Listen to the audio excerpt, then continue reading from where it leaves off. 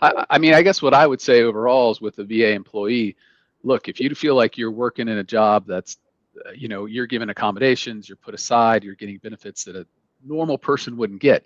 And by normal person or employee, I'm not talking about the person sitting next to you. I'm talking about if you look at your job, the skill set you have, and what you could do in the private sector with that, would that person be getting the same things you are? And as Carrie was just walking through all those, it's a fact-found basis, meaning each case is an individual case. Okay, so with each case, they're going to look exactly what's going on, what skill set you have, what accommodations you're getting, what kind of work requirements you have as well, and they're going to look at it. So what we would do is the first thing we do if we get this case and we have a vet applying for unemployability, we find out he's working for the VA.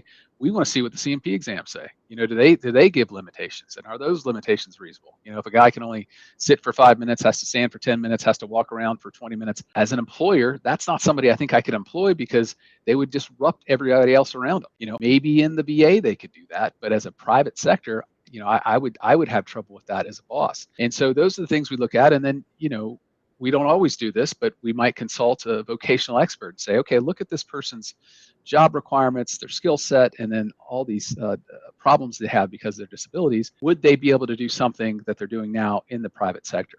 And a lot of times it's no. But as Gary said, this isn't a gimme, but it's something to where we've won more and more cases with VA employees because we look at the VA as a whole and say, this is not what the real world is. This is not what the private sector does.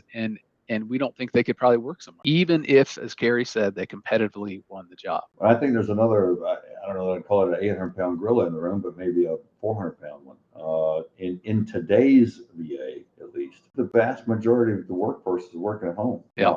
How does that factor into a decision on sheltered or protected environment? Because at one point, if you were able to work from home, if you were approved to work from home, well, let's just say I've seen a lot of cases in the past where that was a big factor in whether you were in a protected environment. Now everyone's doing it. Right.